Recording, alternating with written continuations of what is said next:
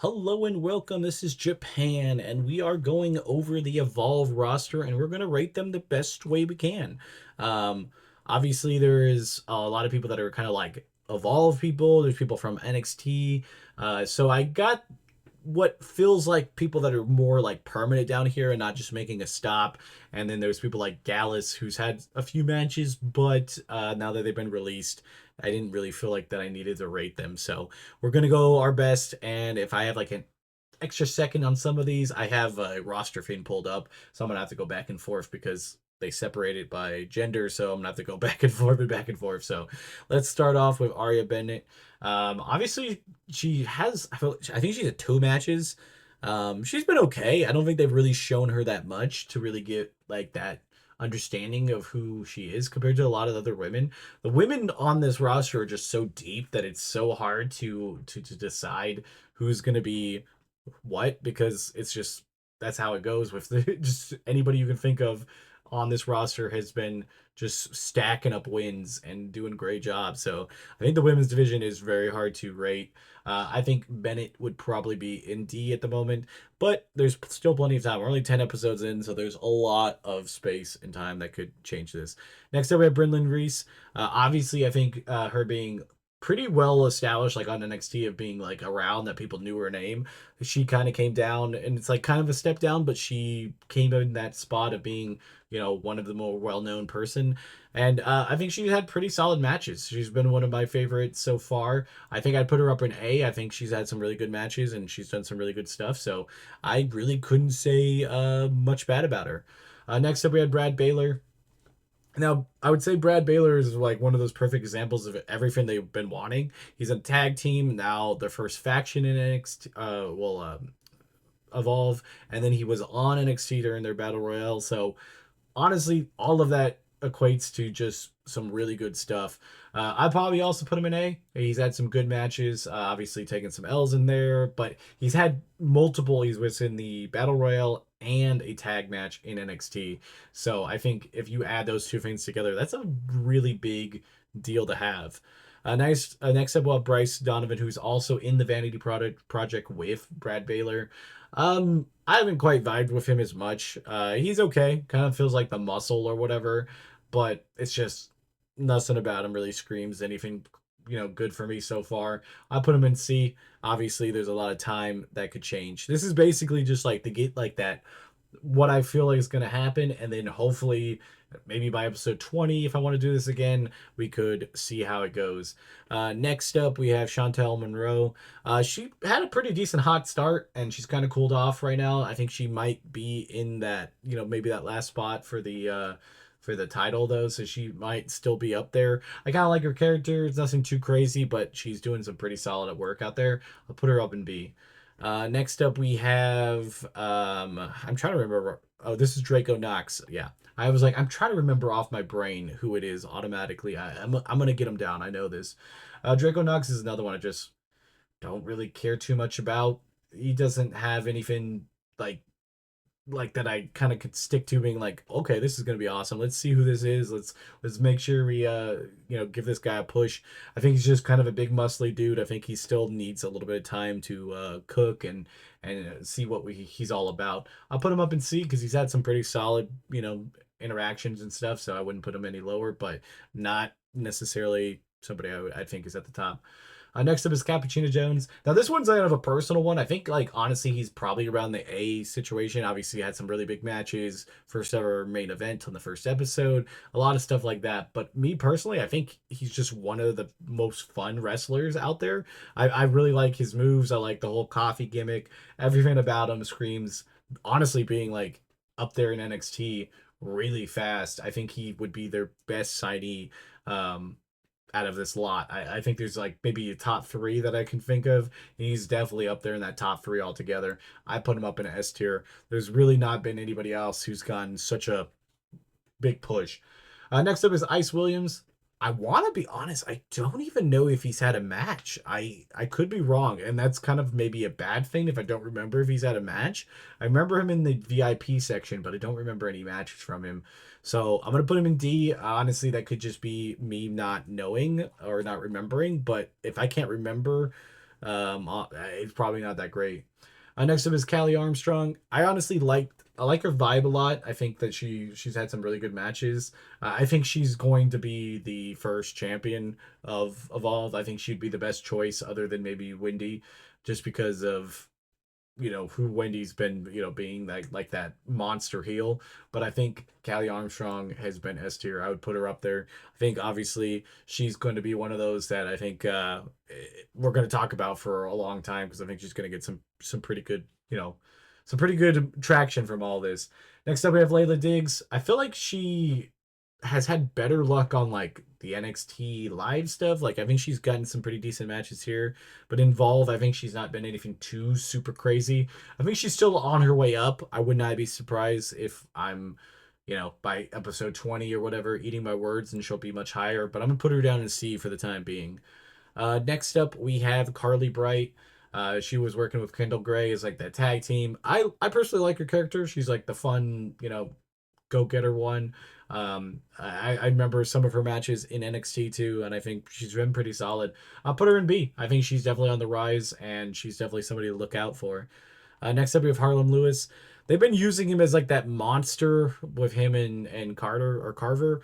I think them as a tag team could be a really cool idea. I think that's probably a better idea than them being solo, just because right now they're just such big monsters that like nobody else can compete against them. So they might as well run rampant together and then eventually have that payoff when they go against each other, possibly at a title opportunity or something. I think that's a better build up, but again, we don't know everybody that's in that match yet for the men's side, so there could be a lot of stuff that happens. I think I'd put him in B. Had nice, decent build. Not my cup of tea personally, but I can see that there could be something that comes from it.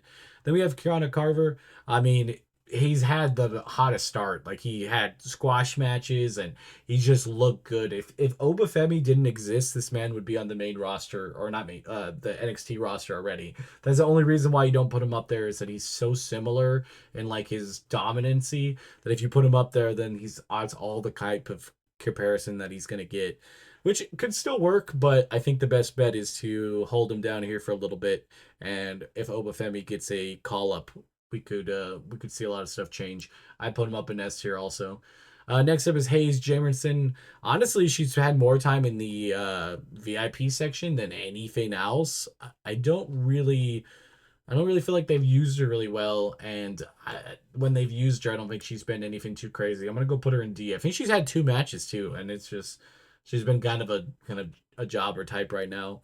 Next up, we got Itzgal. I know we've seen one of his matches, but I know he's about to have an episode 11 match, but altogether, nothing too crazy. I'd put him in D also.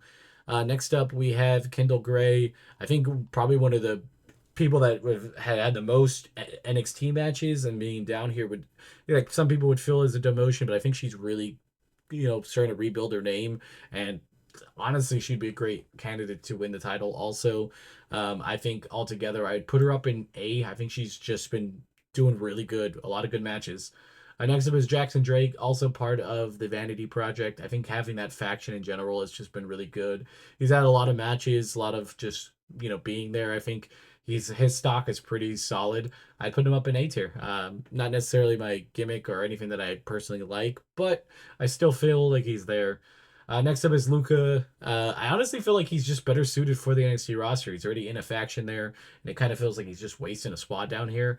I think altogether he's had some solid matches, but I feel like it's been okay. I don't think this is really going to help him at all. So I'll put him down in C. I really don't think he should win the title or be in that even in that type of talk. I think they should immediately just let him kind of fade back to NXT, which has a better storyline for him.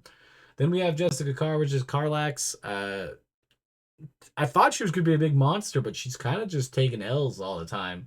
I feel like they need to build her up with at least if she's going to lose, be like disqualifications because she doesn't listen or something like that. So I don't know. I don't know exactly what her vibe is yet. I guess we'll see how it goes, but I'll put her down in D for the time being. Next up, we have Oasis. I forgot what his name. Jordan Oasis. He carries a backpack with all his stuff in it. Is kind of his gimmick. I don't know, just not my thing. I'll put him down in D. The little we've seen of him is just not really my cup of tea at all. Next up, we have Kylie Ray. She was one of the few people that I knew like outside of Evolve, and I thought she was gonna have a bigger start, but she hasn't even got a win yet. I know they kind of have her in like a bigger storyline right now, so I think there's gonna be some building from that. But so far, I think she's had a little bit less of a lackluster start, but being in the biggest storyline that they have is also really good. So it's like that 50-50 that she's starting there, but like I think she definitely needs a good win, even if it's just against somebody kind of smaller on the roster. I put her up there in B. Ricky Smokes, I think he goes right with Brad Baylor. Having those great opportunities in NXT and in Evolve have been great. Part of the Vanity Project, all of that works out really well. Then we have Timothy Thatcher. Like I've heard that he was, original, Evolve. Everybody was talking about how good he is and all that, and they kind of just used him as a jobber. I don't know if he just is trying to help put over some talent, but it doesn't feel like this is the thing that he needs to be doing. I'm gonna go put him down in D. Next up, we have Jack Cartwell. He's another one that's just a very good prime person to have win the championship right away. Really solid in ring, like his, I guess, gimmick, but like his style altogether is really good. I put him up in S tier. Next up is Sean Legacy, another one that's just there's the top of the men's division is really solid. The below that is still working on, but the top like 4 or 5 people plus the Vanity Project are doing pretty good. So yeah, Sean Legacy I'd put up an S tier. Next up we have Holiday's her last name. I forget exactly what her first name is. I'm trying to remember. Is it Mason Holiday? I don't remember exactly how you pronounce it. I think she's only had really one match. I don't think she's done anything too crazy. I'll go put her down in D.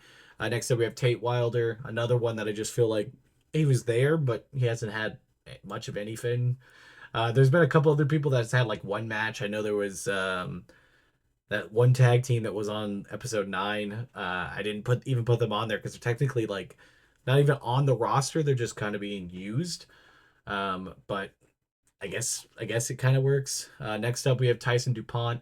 Him and his partner have been pretty solid as a tag team. I'll put them up in B. I think they've got some extra screen time, and they're kind of poised to possibly take a run in NXT with the tag division being kind of a little bit more open now that Nathan Frazier and Axiom are gone.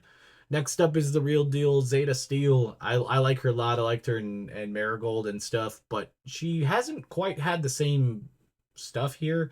I think she's been around because she's in the Vanity Project and doing that, but I do want to see her have like another win or two under her belt. I feel like she could use a little bit more spotlight, even if it's just beating somebody towards the bottom of the roster. Sam Holloway, I think he was on one episode. Nothing really too memorable, so I'm gonna have to put him down in D. Next up is Summer. She just had her first match. It was a squash match. She's had a lot of like actual like screen time because she's in the VIP lounge, but I think altogether nothing's really came of it. But we still have some time. Next up is Phil London. Honestly, I was really pumped for his backstory and everything, but he's just kind of been like destroyed the 2 times he's in there. So I'm gonna put it in. But I hope that at some point he'll be better. Sorry about my dog just freaking out. Next up is Zara Zacher. Honestly, she's had one of the crazier starts, but then she's kind of cooled off a little bit lately. But I think altogether, I think she's probably poised to be one of the top stars in Evolve altogether. But I guess we'll see soon. I think she's had some really good matches. I think I put her up in A, almost to Esther. And then we got Wendy Chu. Wendy's been like that monster heel that just puts everybody to sleep. I'm cool with it. I'm hoping that they stick with that because it would be a really good gimmick and everything that's been working. So I'd also put that up in A tier. But yeah, that is my roster review of the Evolve roster. Tell me what you guys think. Tell me if you guys are still watching this show. Episode 11 review should be up tomorrow. I figured maybe I'll do this every 10 episodes, maybe 25, just depending on if anything really changes. And yeah, I mean, they got some solid people here that could really help the NXT roster. And helping the NXT roster will help the main roster because everybody can move up. And I like that it's kind of like that tier 3, like a 3-tier system right now. So hopefully some of this translates to some actual NXT changes too. So yeah, if you guys enjoy these content, don't forget to like, comment, and subscribe, and I'll see you guys in the next one. Bye guys.